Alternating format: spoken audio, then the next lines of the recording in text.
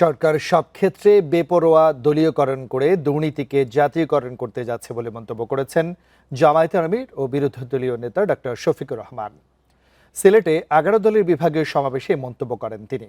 দেশের মানুষ আর ফ্যাসিবাদ চায় না উল্লেখ করে তিনি বলেন, বর্তমান সরকারি দল একসময় মজলুম ছিল, এখন তারা আওয়ামী লীগের পথ ধরেই হাঁটছে।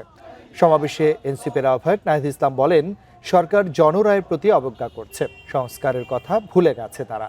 তেল গ্যাস সহ সবকিছুর দাম বেড়ে গেছে, সংস্কার না করায় সরকার আন্তর্জাতিক সহযোগিতা পাচ্ছে না বলেও মন্তব্য করেন তিনি।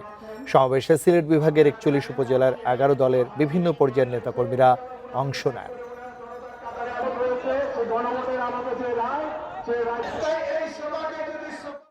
ভোগান্তি ভুলে চলে আসুন রিগালে। ওয়ারেন্টি সহ স্টাইলিশ কালেকশন নিয়ে রেডি রিগাল ফার্নিচার।